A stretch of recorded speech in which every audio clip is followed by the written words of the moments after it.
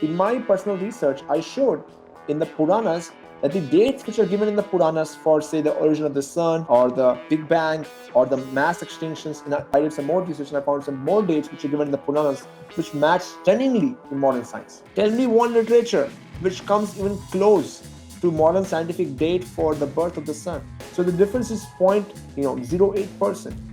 This means we should take the knowledge given in the Puranas with some respect, with much more respect than any other literature which is out there.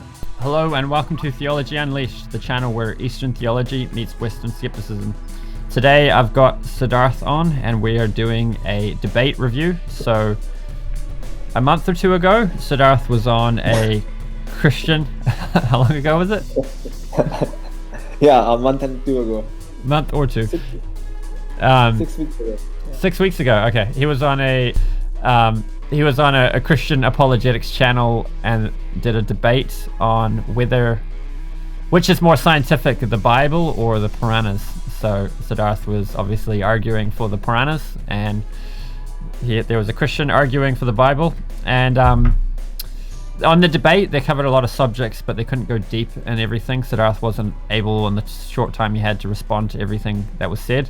And they have since done a debate review at their end, so now we're doing a debate review, and the idea here is to go deeper into responding to the various points that were brought up. So Sidharth, welcome to the channel again. Thank you, Arjun. I really appreciate the opportunity and the platform to be able to go deep and dive into the questions they asked in that debate we had. It was more than a debate. It was more sort of like, hey, these are our concerns with the Puranic cosmology, and since we don't understand these topics, we're going to reject them. And as I mentioned in the debate, that if you're sincerely interested in asking these questions, then yes, we can discuss them, but it will take a long time. And so I really appreciate the opportunity to be able to do so here on Theology Unleashed. Yeah, that's a good point. I mean, I always try to avoid, when I'm doing interfaith dialogues and commentary, to tell people what their religion teaches. Unless I get into serious scholarship about another religion, it's not really appropriate for me to do that. So it felt a little bit like they were, to some extent, trying to tell us what our religion teaches. Here's the statement about the Virat, Rupa. Here's how you're saying it should be interpreted. But actually, this is the real interpretation. We, as Christian scholars, can give you the real meaning of these statements in your scripture. So we're going to play the intro of the debate where they laid out the debate topic and format. Is the paradigm giver for the modern science, and also our argument is that the Puranic worldview contradicts the modern scientific paradigm. This is the primary argument that we will be bringing onto the table. We will not be taking any scientific data from the Holy Bible, as those are incidental and subject of the Bible and not the purpose of the Bible. It simply means Bible is not a science book, but there are scientific facts which we will also be talking about it. The people often ask questions which is Bible not attempting to answer. The biblical authors did not intend to teach science, but what was necessary for salvation was the content of the Bible. So here, Praveen is speaking about the statement for the debate, and he's changing the topic of the debate right at the beginning of the debate. What they're stating is that the Bible is somehow a book which gives paradigm for the science, whereas Puranas are a book which gives the scientific method or scientific facts or scientific details. So they are saying that these two books belong to a different category, whereas that's not the topic of debate. The topic of debate was actually that which book is more scientific in its presentation. And throughout most of the debate, they kept asking questions about how to understand this in the Puranas, how to understand that in the Puranas, but really a presentation was made that how is Bible a scientific book, and how is Bible a book which is more scientific in its presentation and its facts and figures than the Puranas. Just to give the audience an idea of what science means, Wikipedia defines science as science is a systematic enterprise for obtaining knowledge through testable explanations and predictions. So my friend Praveen, he quotes this verse from the Bhagavatam, which says there are 10 subject matters of Bhagavatam, of which the first few are rightly related to our material world. creation, sarga, visarga, secondary creation, and then also later is this topic of destruction. So, and these topics are very thoroughly discussed in the Puranas. That is why I was able to present these amazing dates from the Puranas, which coincide very nicely with the modern science. However, since the Bible, I mean, is a very small book and it has such dates also, but they do not match at all. If you look at the hierarchy given of the kings or the lineage given for the people or the kings who rule over the earth, if you trace that down, you get a barely like 6,000 years. So if you try to dig out those scientific facts in the Bible, you will be left with a lot of vacuum. But again, I don't expect all these spiritual books to have the same detail and same depth as the Puranas. Puranas are an exceptional set of books which give exceptional amount of detail about our material universe and the spiritual universe. So in this clip, I just wanted to point out that somehow or other Praveen had unilaterally changed the subject of the debate, without me agreeing to it, and they from that point onwards they stayed on that ground. Yeah, that's a good point.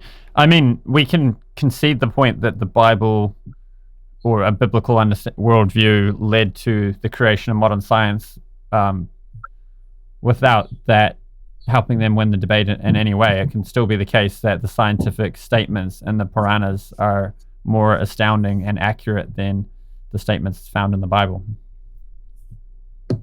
Yeah, you can say so that many of the modern scientific discoveries, which we are of developed in the Western world, and the religion, which is prominent there, is the Christianity. So that's the basis. But how much is the Bible responsible for creation of modern science? I don't know.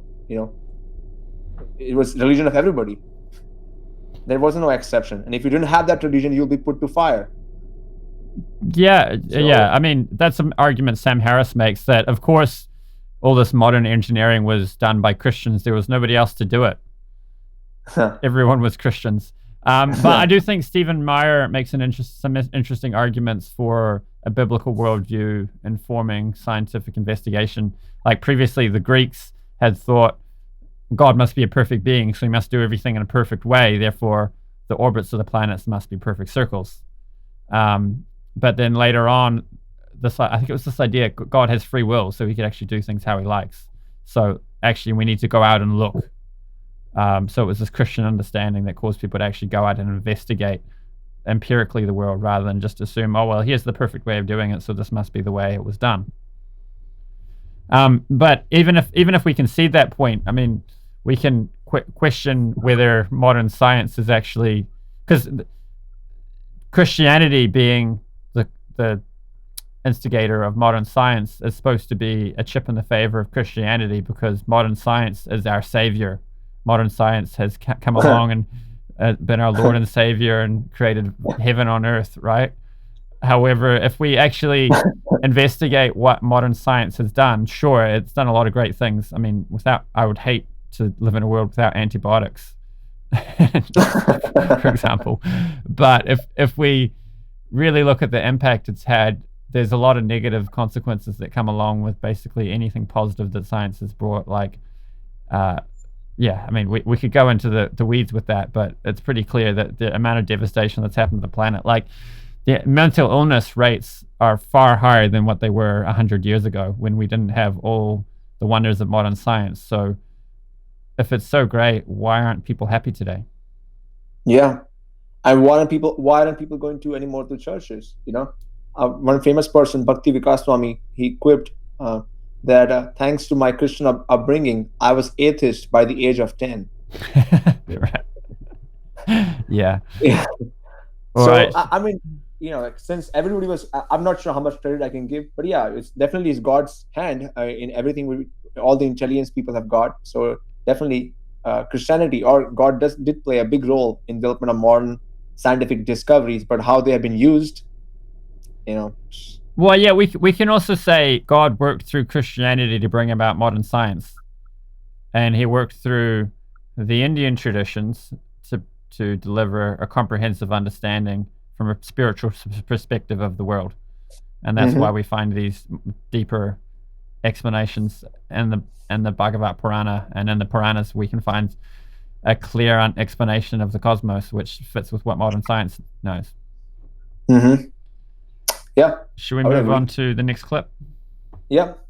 Is it because that almost every detail provided of Virat Rupa structure is an error? Let us raise this question. Question number 1. On the order. As per modern science, the order of the planets from Sun is Mercury, Venus, Earth, Mars, Jupiter, Saturn, Uranus and Neptune. However, in Bhagavad Purana, Book 5, Chapter 22, Slokas 8 to 16 provides the order as the Earth, then Sun, after Sun Moon, after Moon stars, and after stars are Venus, Mercury, Mars, Jupiter and Saturn, in that order. What justification you have for this absolutely erroneous order? Sidharth, who seems to be uncomfortable in following Virat Rupa structure, might object and say that it should not be taken literally. Of course it should be taken literally. That would be clear in the next question. The second question we will take in other category, but the question number 1, which you raised, which is about seeing cosmos as form of God, or the Virat Rupa form, and later he will also present this question, society as form of God, and which is also mentioned in the Bhagavatam in the 5th chapter, 2nd canto, that Brahmanas are my face, Kshatriyas are my arms, and my belly is my Vaishyas, and Shudras are my legs. Another place it is said, the veins, the rivers on this planet Earth are like the veins in the body of Lord. The mountains are like the bones. Such descriptions are given multiple times throughout the Bhagavatam, and these descriptions are called in Sanskrit as Virat form. Virat means universal, and Virat Rupa, and Rupa means form. So universal form, right in the beginning of the Bhagavatam, 1st canto, chapter 3, text number 30, it is stated that these forms are imaginary. They are given for the purpose of people who have no understanding or no appreciation for personal form of the Lord. So for such people who are only interested in matter, they're not interested in anything else. For such people, this Virat form is given again and again. For an example, if somebody doesn't want to accept a form of the God, but they do accept the nature is amazing. If you come to, say, US, there are so many nice valleys, caves, and when you go there, you're like, hey, this is a beautiful place. This is so huge. This is so vast. This is so beautiful. And the Bhagavatam, to help such people, appreciate the form of the God, says, hey, this rivers you see, they're so huge. Lord's form has rivers, has veins which are bigger than this. And the way to understand this is that the Lord's body is transcendental, it's not material. So any form of the matter would always be of an inferior quality to the Lord's transcendental form. So in essence, these imagined forms are there to give a conception of greatness of God's personhood for those who can only appreciate in terms of size. Now, this doesn't mean that Lord is having their body. Lord has a transcendental form. His body is not like ours. He has hands, he has face, he has arms, and he has legs, but it is not made of matter, which disintegrates, which grows, which smells, all kinds of things. And this statement, this understanding is there across the whole tradition. Unfortunately, our friend Jerry, who's speaking on this topic, he hasn't studied Puranas from any devotee of the Lord, and the result is that he doesn't have a comprehensive picture. It is just like, to tell you a story. One time, what happened? There was this lady. She wanted her kids to be tutored in mathematics, so she hired a tutor and a math tutor. So one day she was doing some work and she came across the tutor teaching her son algebra. In algebra, you say, A is equal to 1, B equal to 2, then you say A plus B equal to what? So the moment she saw, hey, this person is teaching my children, my son, ABC, what is he doing? You know, he already knows this ABC many years ago. I bought him, this guy, to teach mathematics, not ABC. And she right away, kicked the tutor out. Now, what happened here? What happens is that when we try to bring our conceptions to such a deep subject matter as Puranas and just observe in a very minor, in a minute fashion with a desire to find faults, we only see faults. We won't realize this is very sophisticated science, very sophisticated presentation. Had Jerry or Praveen been interested in understanding Puranas, then they would have gone to a teacher. Like a person who wants to understand mathematics, he goes to a teacher and studies it thoroughly. And then he will understand, oh, actually, this presentation of Virat Rupa is there so that people can have appreciation for the vastness of the Lord. So this is a result of a fault finding nature. When you're looking for faults and not a complete picture, a comprehensive picture, you only get this faults. You only see how the Virat Rupa is supposed to be the Lord's form. What's happening here? We can't understand this earth. We can't understand how the trees are the hairs on Lord's body. It's all imaginary form given there just to help us appreciate the Lord's form, the Lord's creation. Cool. And one of the things they'd accused you of was giving this interpretation that the Virat Rupa, as described in the Bhagavad Purana, is imaginary, because you knew a literal interpretation of it didn't fit with modern science. So you were using a hermeneutic in order to twist it to fit with modern science.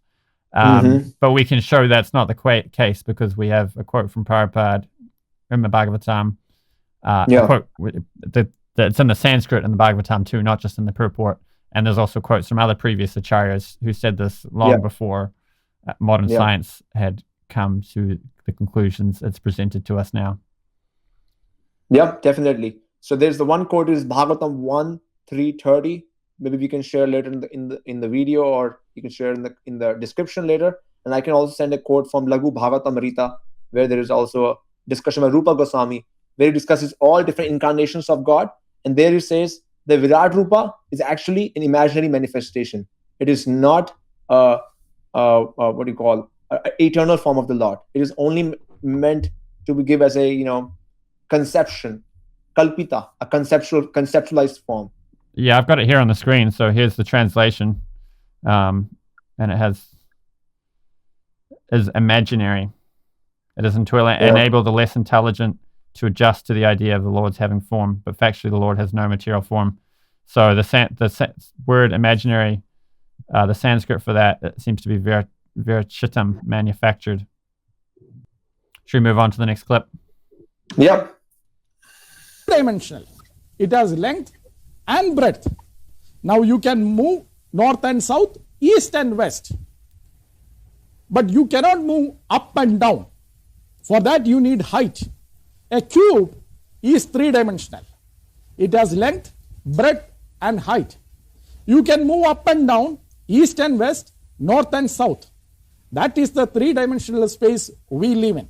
Time is considered as the fourth dimension. We will stick to three for now. If you have to describe a three-dimensional space, how will you describe it? For that you turn to Akti Purana, chapter 108, and it speaks about the Puranic earth. Sloka 3 and 4 describes about up and down. Sloka 8 and 9 describes about north and south. Sloka 12 to 14 describes about east and west.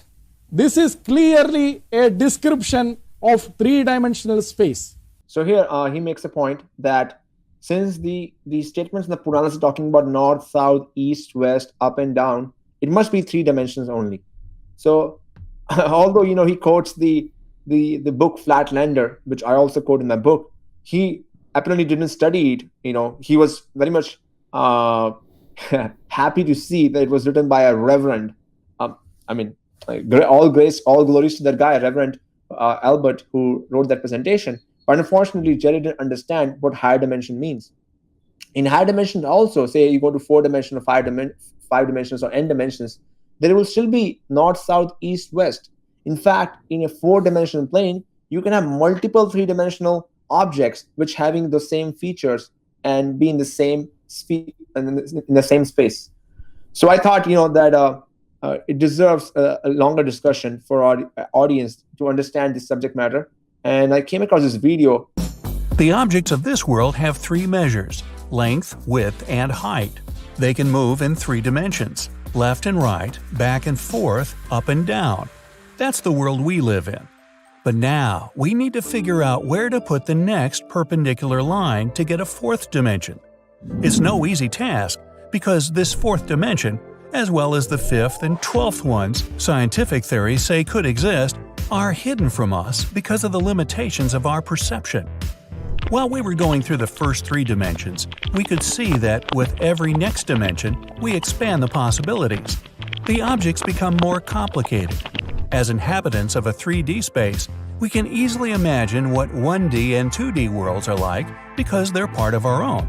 But for residents of those worlds, it's not that easy to understand ours because they're just not able to perceive it. Why? Imagine you're one of these 2D flatlanders and you're living your simple flat life.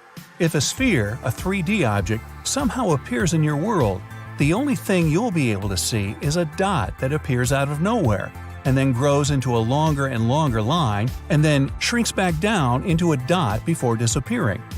A flatlander could combine all these lines to get a circle, or if he could look at it from above, he can't, that would involve height, it would just be a dot growing into a larger and larger circle and then getting smaller. Either way, our flatlander ends up looking at a flat circle, not a sphere. That's exactly what will happen to us if we try to understand a 4D object. We'll see it like a 3D object, appearing, somehow changing, and then disappearing. We wouldn't be able to make sense out of it. For example, let's take a 4D hypersphere and put it in our world. Here's what you'll see.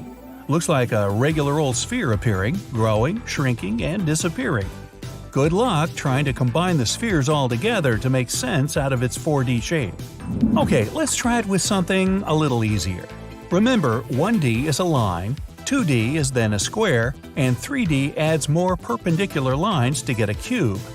To get a 4D cube, called a tesseract, we connect 2 cubes. We know that every side of a 3D cube is a square. In a tesseract, every side of it is a cube. This shape looks really confusing, especially if we realize that it's a 3D projection of a 4D object on your 2D screen. Just like the Flatlanders, we're unable to fully understand what a higher dimensional world is like. Even scientists have a vague and limited perception about it. They mostly describe it in complex mathematical equations, not physical objects. But think about it this way. Technically, every single day, 4D or even 10D beings could enter our world, and we wouldn't even know it. Do you want to give the context of the debate again? What was the argument he was making there? Yeah, he was making the argument that the Puranas are stating that there is north, south, east, and west descriptions of different beings in different directions. And he was saying, since these directions are stated of north, south, east, west, up, and down, actually just talking about a 3-dimensional world, not a 4-dimensional world. And what I wanted to impress on that person was that actually that's right. What we are saying is that the Puranas are describing a higher dimensional world. And in the higher dimensional world, like just as we saw the tesseract cube, every corner is a cube. So every point in this higher dimensional world could be a 3-dimensional world in itself. And therefore, it can have its north, south, east, and west. It doesn't necessarily have to collide with us. It doesn't necessarily have to have some extra names or extra dimensions, but they can all coexist. That is the beauty of higher dimensions. And it's a very difficult concept to understand. And I can understand, since Jerry didn't study this topic so thoroughly, he was not able to comprehend it. And that's why I shared this video, so that people can have, an audience can have an appreciation of, how difficult it is to understand and imagine a 4-dimensional object or even a higher dimensional object. So Jerry's point was that one, the Puranas are not talking about higher dimensions because they're using the same directions as we use in three-dimensional world, which is what I, try to argue against, that you can still have parallel three-dimensional worlds and, be present in a higher dimensional world, parallel three-dimensional worlds in a higher dimensional world, and then they can still coexist. And second, his point was that that if there were higher beings in higher dimensions, they would somehow collide with our experience, and it won't really work. And to that, suppose, just to give an example, suppose you have a sphere. A sphere is a three-dimensional object, and there are multiple two-dimensional planes in a sphere, and they're all parallel to each other. They're part of the same realm, but they're parallel to each other. So I gave an example at that time too, but I like to give one more time, that suppose you were to go to an address, like I live on 9756 Further Street in Michigan, and you were to look for me in this house, in this place, you won't find me if you look only in ground floor. You have to come to the top floor. Similarly, the Bhagavad Purana is describing many of the realms which we don't have access to. As also the video person was explaining, that there are currently no means that we can access, higher dimensional objects, higher dimensional beings. So we are limited. That's the human body. That's how the human body is made. We're limited on the 3 dimensions. So it is possible as per the science, and that's what I claim that the Puranas are talking about, when they're presenting cosmology. And we'll get deep into that in our next question, that are Puranas, how to understand Puranic cosmology, what kind of framework we need to understand Puranic cosmology. Yeah, I thought it was kind of a weak argument that because the Vedas talk about the 4 directions, that they must be talking about 3-dimensional space as constraining all of reality. You could be talking to somebody who exists and comprehends only a 3-dimensional space, and you're just going to use language that they can comprehend and leave out the bits that are outside of their experience and comprehension. Yeah, you put it nicely, better than me. So let's go to the next clip. So the next clip, basically, there's a bunch of questions. He summarized all the questions he's asking, and he in total asked 12 questions, and most of the questions are about about Puranic statements which don't make sense to somebody who's seeing the world through modern science. So understand, he's not saying that Bible has some higher understanding or more scientific presentation on this subject matter, but what he's saying is that he can't understand, he can't reconcile Puranic cosmology with his modern scientific presentation. That's his point. So he's going to present 11 questions there. We'll see 10 of these questions in the screen, and as we can see, most of the questions are the same category, but we will discuss them in 2 parts. First, antithesis of the modern science.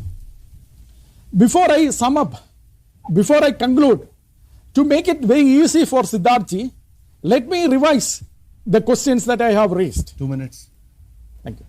Question 1 in Bhagavad Purana, Book 5, Chapter 22, Sloka 8 to 16, provides the order of the earth, provides the order as earth, then sun, after sun, the moon, after moon, the stars, and above and after stars are Venus, Mercury, Mars, Jupiter, Saturn, in that order. What justification do you have for this absolutely erroneous order? Question 2, Bhagavad Purana, Book 5, Chapter 22, Sloka 11 says stars are located 1.6 million miles above moon. Sloka 12, Venus is located another 1.6 million miles above stars. How can then stars be closer to moon than Venus? Question 3, Bhagavad Purana, Canto 2 says first is earth, above it is sun, above the sun is moon, and of course above it is stars, and above it is Mercury, and above it is Jupiter, and so on. Modern science says universe is flat. How can then Puranas be correct? And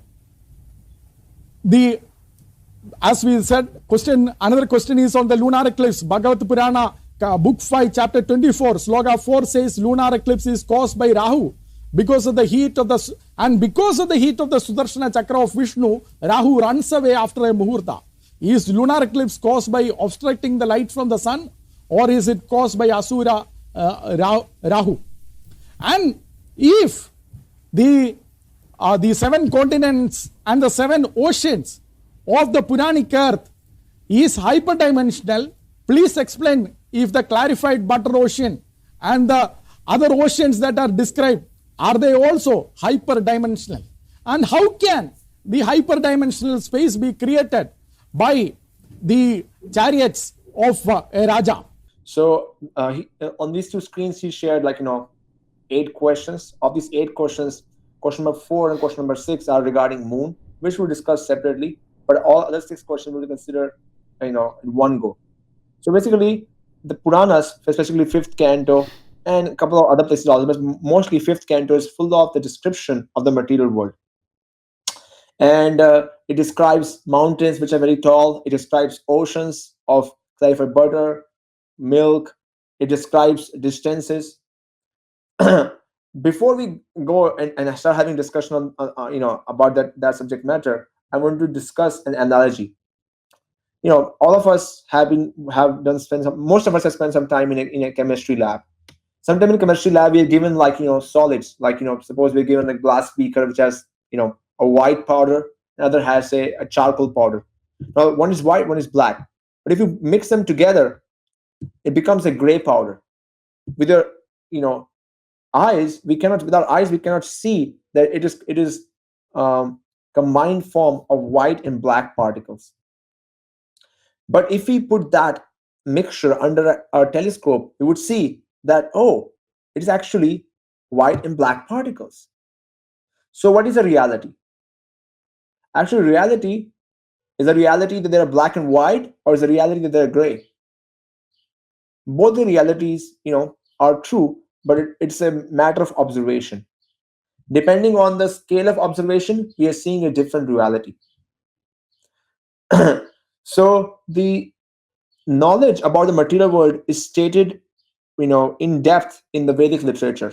And there are 2 types of Vedic literature. One is the Puranic cosmology, another Puranic knowledge, and the other is the Jyotish Shastras. Now the Puranas themselves state that they are being described. They were written down. First of all, the Puranas were written down, in the Dwapar Yuga, when people had higher capabilities, and they're meant for people who have divine vision or divine perspective. Whereas if you look in the recent times, there is also Jyotish Shastra, which are meant for things which are accessible to humans, things which can be observed with human eye. And one such famous work is Surya Siddhanta. And if you look at the data which is given in Surya Siddhanta, that's pretty good compared to modern science. Like Surya Siddhanta states that the distance between Earth and Moon is 253,000 miles, whereas modern scientific measurement is 252,710 miles. Pretty close. The Earth's diameter given in the Jyotish Shastra is 7,840 miles, whereas the modern measurement is 7,926 miles. So these data, are present in the ancient books which were written a few thousand years ago, or at least 1,000 years ago, according to any modern science or modern historian. So if you look at the Vedic culture, long before the dawn of modern cosmology, it is remarkable. So this suggests that there is space for human observation and there is space for divine observation. In my personal research, I showed in the Puranas that the dates which are given in the Puranas for, say, the origin of the sun, or the Big Bang, or the mass extinctions, and after even recently, so I did some more research and I found some more dates which are given in the Puranas which match stunningly with modern science. Tell me one literature which comes even close to modern scientific date for the birth of the sun. The Puranas are stating unequivocally 4.563 billion years as the birth of the sun, whereas modern science states 4.567. So the difference is 0.08%. This means we should take the knowledge given in the Puranas with some respect, with much more respect than any other literature which is out there. And as we said earlier, that the Puranas are meant for people who have some kind of divine perspective, divine vision. So when we look at that level, then we are able to appreciate that, oh, Is it possible that the Puranas can be describing something which is of higher dimension? Yes. Is it possible that we can't test it? Yes. In modern scientific theories, like the D theory, or you know the M theory, there are many parts of those theories which are unfalsifiable. Consider Puranas the same. There is a part of the Puranas which is unfalsifiable, and there's a part of the Puranas which is falsifiable, such as the dates. Also, we have to see the larger picture. The Puranas are not meant to be books to give us intricate details on cosmology or paleontology or embryology. That's just secondary. If our goal is to actually improve our external comforts and control and our ability to increase to manipulate our the world around us, scientific technology is the way. But if our goal is to improve our eternal life, have self masteries, spiritual technologies, then the Puranas are the way. Now, here I would like to share a quote from Arvind Schrodinger, who was a Nobel laureate physicist, and he said, "I am very astonished that the scientific picture of the real world around me is very deficient. It gives a lot of factual information, puts all of our experience in a magnificently consistent order, but it is ghastly silent about all and sundry that is really near to our heart, that really matters to us.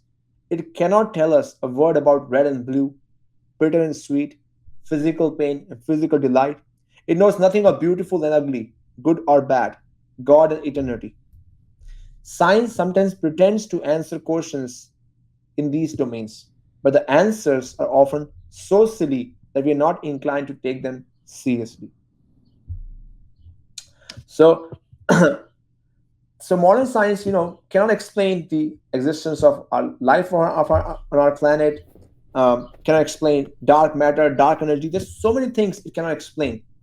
There's only a very few questions it can answer. Yet it somehow or other it claims that it has found answers to everything which humans are interested in.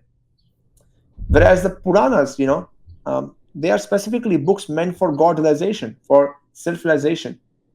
Uh, Famously, Albert Einstein also said, let me share the next one. He said to Heisenberg said to Albert Einstein, in the West, we have built a large, beautiful ship. It has all the comforts in it, but one thing is missing. It has no compass and does not know where to go. So not only the modern science, you know, not only the modern scientific facts are found in the Puranas to be, amazingly true, which is the data given in the Puranas has been found to be, congruent with modern science. Moreover, the direction for modern science can come from the Puranas, and that's where we are all together. We want to promote that. Let's take the Puranic lifestyle, Puranic way of living, and make that as the compass for modern science. And then we can be sure that the science goes in the direction of some kind of constructive, some kind of growth for both internal happiness and external happiness. So, at any point in the debate, did they address the scientific accuracies which you listed? Actually, towards the end of the debate, I didn't get to comment on it.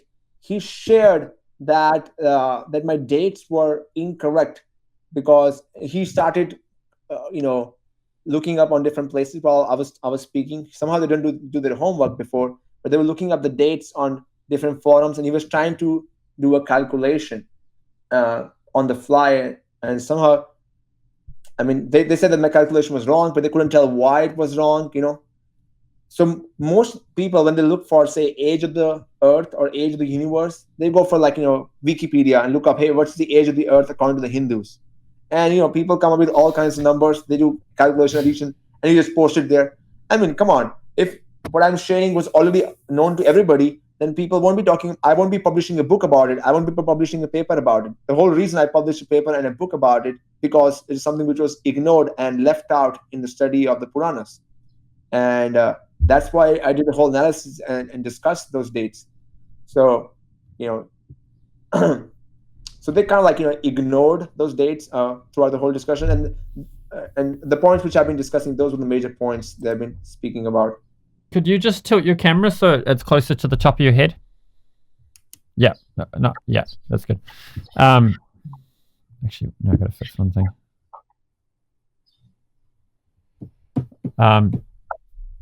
So I guess we can leave them open. I guess we can leave the opportunity open to them to address the scientific accuracies if they wanted to do a future debate or a response video or debate review to our comments here. Yeah. But it seems that your points have gone unaddressed largely. And you did that factor of 2, right? Which someone could say, oh, you've multiplied all the figures by 2 in order to get it. So really, you've just found some number you can multiply everything by in order to get the correct figures. But I think that's stretching things a little. I mean, first of all, you're just multiplying things by 2. I don't think it would be that uncommon in notation to write things out in such a way that you multiply it by 2 to get a number that fits with how we talk about things in modern science. Could just be that back then they talked about things in a different way, and everyone understood you had to multiply it by 2. Or what was the explanation why you multiply it by 2? It was describing the experience of these things from a different planet, right? Yeah, that the description of the Puranas is describing the world of Bhumandala, and whereas we are observing from only a small aspect of that. Bhumandala is a high dimensional plane where the description is coming from. If everything what was visible to Parikshit, Shukadeva Goswami won't speak about it. If Parikshit already knew, here's the Sumeru Parvat, here is these things, there's no need to talk about it. The whole reason the Puranas are describing these details being spoken by Shukadeva Goswami, because these realms are not really, accessible so easily. So, I would say 2 things about factor of 2. One, if we just factor of 2, suppose, what's the probability that, I walk onto your house and I start speaking to your family members and I say, hey, can you show your credit card? And before they show the credit card, I say the numbers of the credit card exactly, only missing by a factor of 2. Then I go to the next person, I do the same thing. I go to the next person, I do the same thing. That's what we're talking about. We're talking about the probability of me being able to do that for 11 people at a go. Even if I'm saying off by factor of 2, any smart person can see, hey, maybe I'm just not understanding those numbers. Maybe he's just deliberately using a factor of 2 there. There is some support for it also I found in Sridhar Swami's commentary in the Vishnu Purana, where he's talking about this factor of 2, where he's talking about the day on Bhumandala actually is twice as long as his day on the earth. So, just that adds a factor of 2 right away, because if the day is twice as long as day on our earth which we live on, the earth which we experience, then that adds a factor of 2 or 2 to all the dates we're looking for. Yeah, right. That makes sense. If it's written for a different vantage point, because modern science understands different planets spin at different speeds. So if you're in a different location, you experience time differently. And if it's written for people experiencing those things, well, you could ask, Shukadeva Goswami was speaking to Parikshit on this Earth planet. So why wouldn't he give dates that are applicable? Was this in the Bhagavad Purana that you'd modify it by a factor of 2? Was this elsewhere in the Puranas? Yeah. Well, Shukadeva Goswami is actually just repeating what he heard from Vyasadeva. The books are in sense eternal, and they never edited or modified. They just always kept as it is. It is a commentator's job to make it relevant, to help us understand what the text is saying and make us understandable. Sridhar Swami, who's considered the first commentator on Bhagavatam, he wrote a commentary in the 11th century BC, AD, on this Bhagavata, and he talks about on the commentary of Vishnu Purana on this, on the time. But these figures for how old the Earth is and when the different Pralayas were, you're getting them from Bhagavatam, and then you're multiplying it by 2. All the Puranas have same description. There's not much difference on the subject matter about there's not much. And Sridhar Swami wrote a commentary of Vishnu Purana and Bhagavad Purana. However, on the commentary of Vishnu Purana is when he gives a detailed commentary on time, whereas in the Bhagavad Purana he didn't give that detailed commentary. I'm not sure why not. That sounds like it takes away the Earth-centric idea that a lot of other religions like to entertain that the earth is the greatest place, we're the center, everything's written for us. Now, in the Indian scriptures, we've got an example where books were written for an audience on another location other than Earth. Yeah. It seems to take away this idea that we're the center of everything.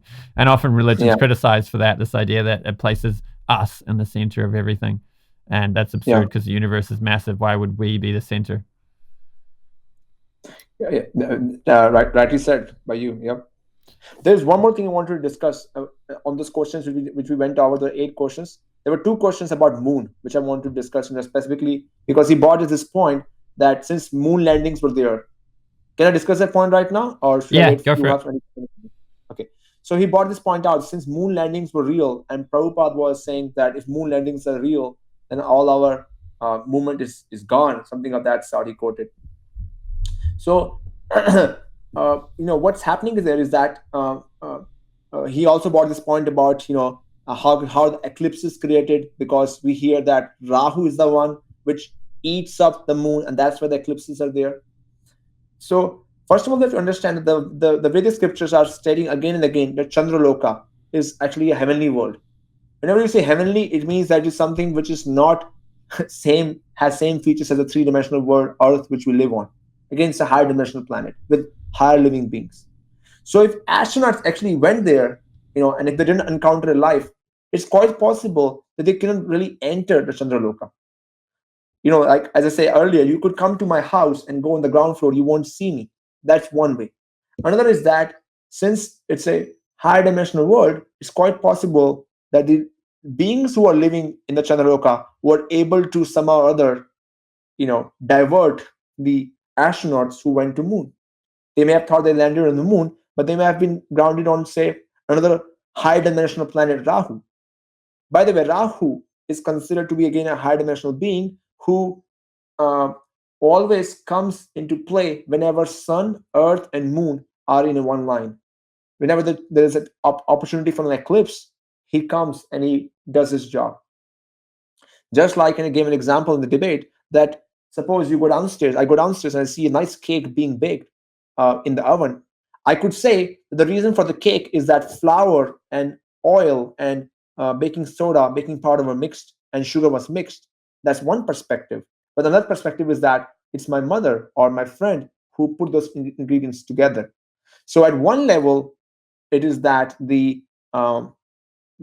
planets are coming together. At another level, and from another perspective, from another vantage point, from higher dimensions, it is possible that Rahu, a higher dimensional celestial object, could come in between those planets and cause the effect of eclipse. We have to be humble that, and scientists are humble. If you talk to any person who's well read, that 95% we say of the world around us is dark energy, dark matter. We never question scientists about it. What do you mean by dark energy? Dark means they don't know anything about it, but we accept everything they say about it. So, and thirdly, it could be possible that all these moon flights could be a hoax. There are so many. I'm not saying I agree to those things, or what I'm saying is that from my vantage point, I can't test any of those things. I can't go to the moon. I'm not Jeff Bezos or Elon Musk that I can buy a spaceship to check out the moon is there or not, and launch my inquiry into it. I have to just accept what is being told to me by these big corporate scientific groups. So I have a choice. Either I can place my faith in these corporate scientific groups, or I can place my faith in my teachers. And I have found that I have received much more spiritual happiness and happiness in my life, content coming from my spiritual teachers. So hey, I chose them. They're giving me a lifestyle, a life purpose, which I find much more of value than anything which I've got from modern science.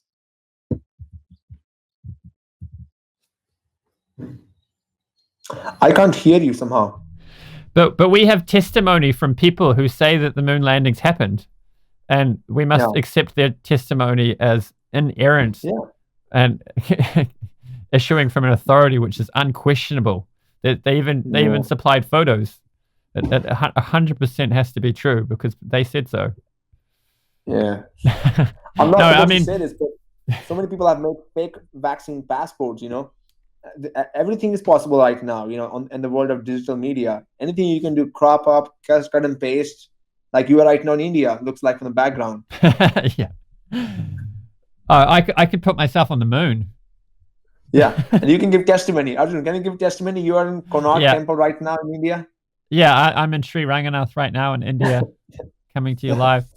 No, but in all seriousness, I mean, if people want to believe in the moon landing, that's cool, but I don't think they can say it's illegitimate to question it, because some of the arguments do have some substance, like they lost the telemetry data, the Van Allen radiation belt. I don't understand the explanations of how the technology they use could get through that. From what I've heard, you'd need a 6-foot thick wall of lead to shield from the amount of radiation that exists in the Van Allen radiation belt.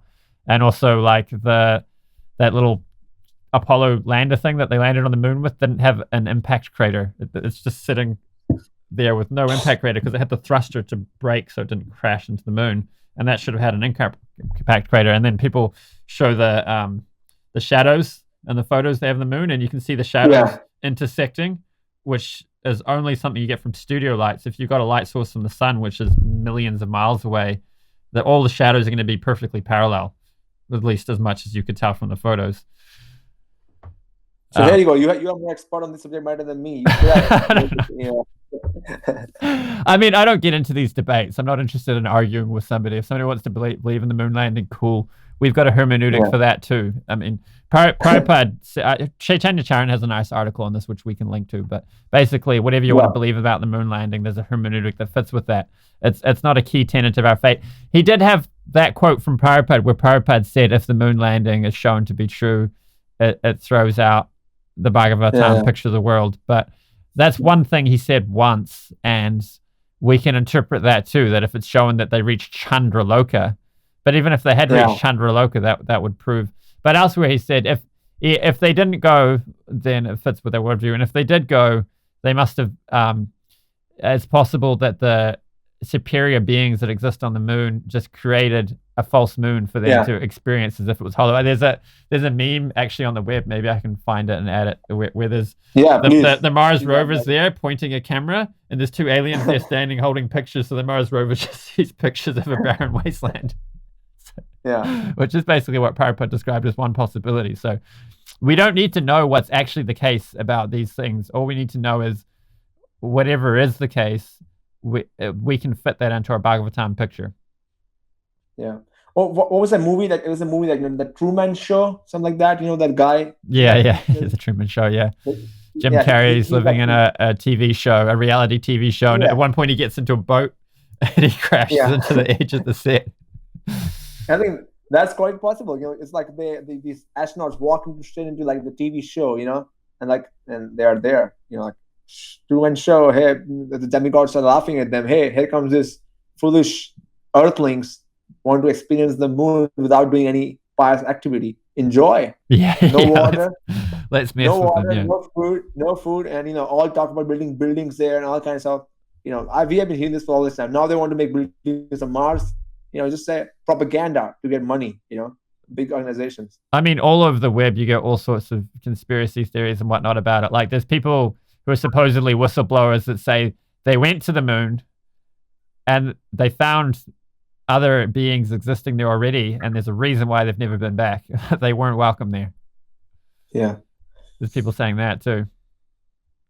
And I mean, it's hypothetically plausible that the government would discover things like this and not tell the public. Definitely. There's at least a case to be made for it, whether you want to believe it or not. I don't think you can say that it's totally unreasonable and there's no reason to believe any of these alternative theories. So back on some framing of the debate again. So you presented a list of scientific accuracies found in the Puranas, and that the accuracy is within a hairbreadth. It's incredible precision of these numbers. And their response is to say, oh yeah, but what about this statement, which seems to be inaccurate about like the moon being close to the sun? It's like, well, we just interpret it in a way that fits, because it's like if you have a person who take a great scientist like Albert Einstein. Sure, he's not right all the time. There was things he was wrong about. But his track record for being right means that when he does say something, you give it a lot of credibility. So when the Puranas have this incredible accuracy about these scientific details, which we cannot explain, then we have to give them the benefit of the doubt when there are statements there which we can't comprehend. So usually when somebody demonstrates to us that they have a superior intellect to our own, then when they believe something and present it to us which we can't understand, we'll say, maybe this is just beyond my comprehension. Here, try to explain it to me. Let me inquire. Whereas when you think somebody's less intelligent than you and they present something that doesn't make sense to you, you'll say, no, you're wrong. Here's why you're wrong. Yeah. As I said, you put it better than I could. I wish we had you next time. All right. Yeah. In fact, hopefully we can do more debates like this. Yeah, they actually asked me to do more debates with them. I haven't yet, worked out with them, but they want to do more debates on different subject matters. I think you'll be a good one there. Yeah, we'll see. We're game. We love this kind of stuff. So should we go back into more clips, or is there more you wanted to say on these points? I think that's it. There's no more. I think pretty much I did all the questions which are there. We could spend more time going into it, but I think I'm satisfied with it. I don't have anything more to share on this. I mean, there's some pretty radical things in here. Like in the solar system, the sun is not merely the geographical center, but the center of an action providing stability of the planets. If serpent Ananta is the cause of stability of planets, shouldn't we call the system a serpent system than a solar system? We should call it Ananta Shesha system. Not serpent, by the way. Anantacentrism. Heliocentrism, Anantacentrism. Yeah, I mean, the description, why is there no chariot for the Earth?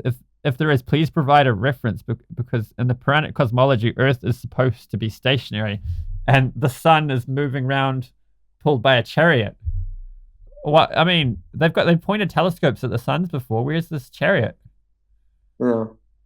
Well, again, at the same point, Puranas are not describing world from our vantage point. Sorry, they were not written for you. Grow up.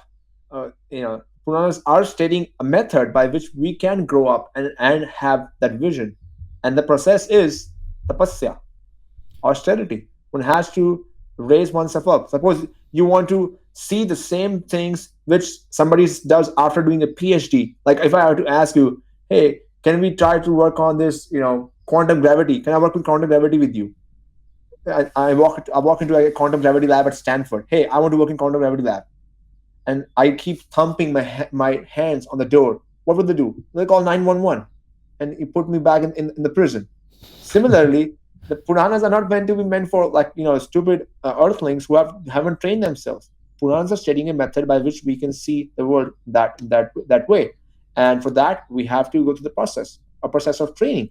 So if you want to work in a quantum gravity lab at Stanford, get your shit together, work hard, study, and then you can make it there. So, I mean, I think we can interpret some of this metaphorically too, perhaps. Like, a chariot was something people understood at the time. That they didn't have cars or other kinds of technology. They had chariots, and that was how they got around. So, the description of the sun as being pulled by a chariot, perhaps it's not literal, perhaps it's metaphorical, and it's just describing it in a way people of the time could understand. This point you made earlier about how this description that the sun's a person, there's people operating all these things, we call them demigods, or the Sanskrit is devas. He made, I think Jerry made a case that this is inconsistent with modern science, where we see there's ordered laws of physics. And then you gave the example of, what was your example?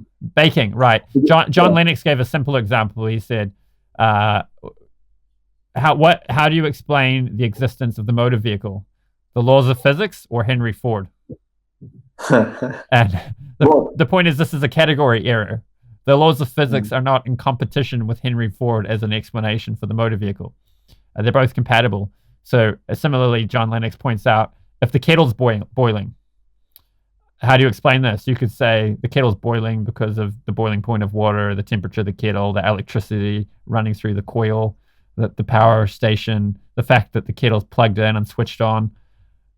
Or is the kettle boiling because I desire a cup of tea? Which is it? So obviously it's a silly question, right? So and the laws of physics, when we look at them as explanations for why things are happening, they actually fall short. Determinism is a major fail. As much as hard materialists wanted determinism to be true, we find physics is indeterministic in large part. So there's always room for the intentions of a conscious agent to push things one way or the other. And with the intentions of a conscious agent, we can explain why one thing happens rather than another when the laws of physics don't determine either outcome. They'd leave both open. Without the intentions of a conscious agent, it's just one big question mark. Yeah, like if I were to ask you why, it's a very good point you made. If somebody was to ask you, hey, why was the sun created 4.563 billion years ago? What's the scientific answer to that? They don't have an answer, but we have an answer because that's when Brahma's previous night ended. We have a very, what you can say, meaningful answer. It's not just a bunch of equations. What astrophysicists would say that these clouds, nebulous clouds, these hydrogen clouds, they came together and sun was formed. But why? That's how, but not why. But we have why to many of the questions which modern science don't have. Cool. So should we play another clip? I don't have any clip. That was the end of the clips. We'll play this one on the gold and silver. Okay. So we're asking questions from the science. I hope you're not doing anything wrong here. Yatra yatra patan marge retastasya mahatmanah tani raupyasya hemnascha kshetranyasan mahipate. Simply wherever. I like his Sanskrit pronunciation. He's doing well. Yeah. Especially for a Christian. I was impressed. They were quoting Bhagavatam left and right. They quoted more verses from Bhagavatam than me. I was like, man, my purpose of debate is done. Nice. That is Bhagavad Purana. And it said in the Bhagavad Purana, if anybody reads these verses, they are basically interacting with Krishna. That's what we want. We want people to just give an interaction with Krishna. And thereafter, Krishna will do the magic. That he will take over their heart. He'll leave an affection for him in their heart. There were the gold and the silver khanijas that you can find on the earth. So we are simply questioning how the semen of God, how the virya of Shiva can become gold and can become the silver. So is it we want to put it more humbly in front of you. So I object to that question because you can know that something is the case without knowing how. So like I heard a philosopher saying, you could find somebody in a room and have no idea how they got into the room, but know that they are in the room. So of course, we don't know that Shiva's semen produced gold and silver the same way we know someone's in a room or something. We're accepting it on the authority of the statements in scripture rather than on our first-hand experience. But the same logic still applies, that just because I don't know how something is possible or how something is achieved, that I can know that it couldn't be done or couldn't be true. Like 100 years ago, people had no clue how soil could be transformed into a lemon. So if somebody back then said, you're telling me that this seed is going to grow a plant that's going to produce lemons out of soil, that can't be. You tell me how that could possibly be the case. How can soil become a lemon? And nobody would have had an answer for that, but they would have said, I don't know how it works, but you watch, I'll show you. This seed is going to produce a lemon. And of course, we can't show gold and silver being produced because it's not a repeatable experiment. But the same logic applies just because we don't know how it could happen doesn't mean it couldn't be the case. We have a tiny little bit of experience of a tiny corner of reality, and we want to infer using the assumption of universalism that what's true of my tiny little window of experience, which is just a speck in the ocean of reality, I want to infer based on that anything that's true of my reality must be true of every other corner of reality for all times and places. And anything that's not true of my tiny little corner of reality must not be true of any other part of reality anywhere else. And obviously that logic fails. Like a child who's just been born say somebody was born with adult faculties straight away, and then they see snow for the first time. You're gonna be like, how's this possible? This can't be. I've never seen anything like this. How can there be snow? Or like, I know someone who had a dog that there was a 6-month drought when their dog was born. So their dog lived 6 months never seeing rain. And then one day it rained and their dog was so confused. So similarly, we hear these statements of the Bhagavatam that are telling things that happened that are beyond the scope of what we've experienced. And we're confused. Just like that dog was confused by that rain. Yeah. Well, one more thing you notice in this debate, what was happening was it was no longer Bible versus the Puranas. It became modern science versus the Bhagavad Purana. That somehow the Puranas are presenting something which is against modern science. But what's happening is that these guys, both Praveen and Jerry, they were educated in science 20, 30 years ago. And since then, science has evolved a lot. There's concepts of higher dimensions, there's concepts of quantum mechanics, and there's ideas of dark matter, dark energy, which were not so much discussed. I'm not even sure they studied them in their time. So when you bring in those perspectives and that humility of the present modern day scientist who looks at the universe and sees, hey, I don't understand anything. I only understand 5% of the modern world. Then with that humility, if you look at the Puranas, you will only get appreciation. You will see, hey, here's an ancient text which has such amazing information, such a beautiful description. Wow, I want to know more about it. What do you think? Hopefully we can have some theological debates with these guys on the Bible. That's more my specialty, like atonement theories. Are they coherent? Like religious exclusivism and so on. If anyone who watches my channel will be familiar with my arguments there. Well, I'm sure they would love it. They would love it. They actually put this debate which we had as the main video, like in the premiere video on their YouTube channel. So anybody who comes to the channel, they're watching this debate. That's nice. The number one video right now. Cool. That's really nice that they're so up for this kind of dialogue. Yeah, they're open to argument and discussion. They like it. I like it. It's nice. That was an interesting point you made about how it became a discussion not of the scientific statements in the Bible versus scientific statements in the Bhagavad Purana, but of the Bhagavad Purana versus science. And obviously that's not how the debate topic was framed. I'm sure we could dig through the Bible and find a similar or perhaps even worse kind of absurd statements from a scientific perspective.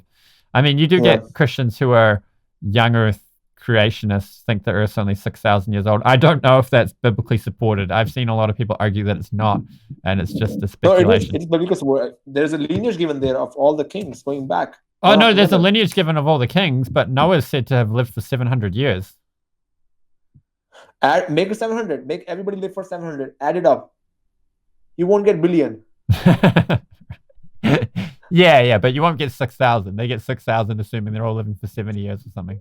Let's go 60,000. Let's go 60,000. No problem. Let's go be open with that. But you're talking about a billion, Sure, yeah. At most, you're going to multiply it by 10 if you make everyone live for 1,000 years instead of 100.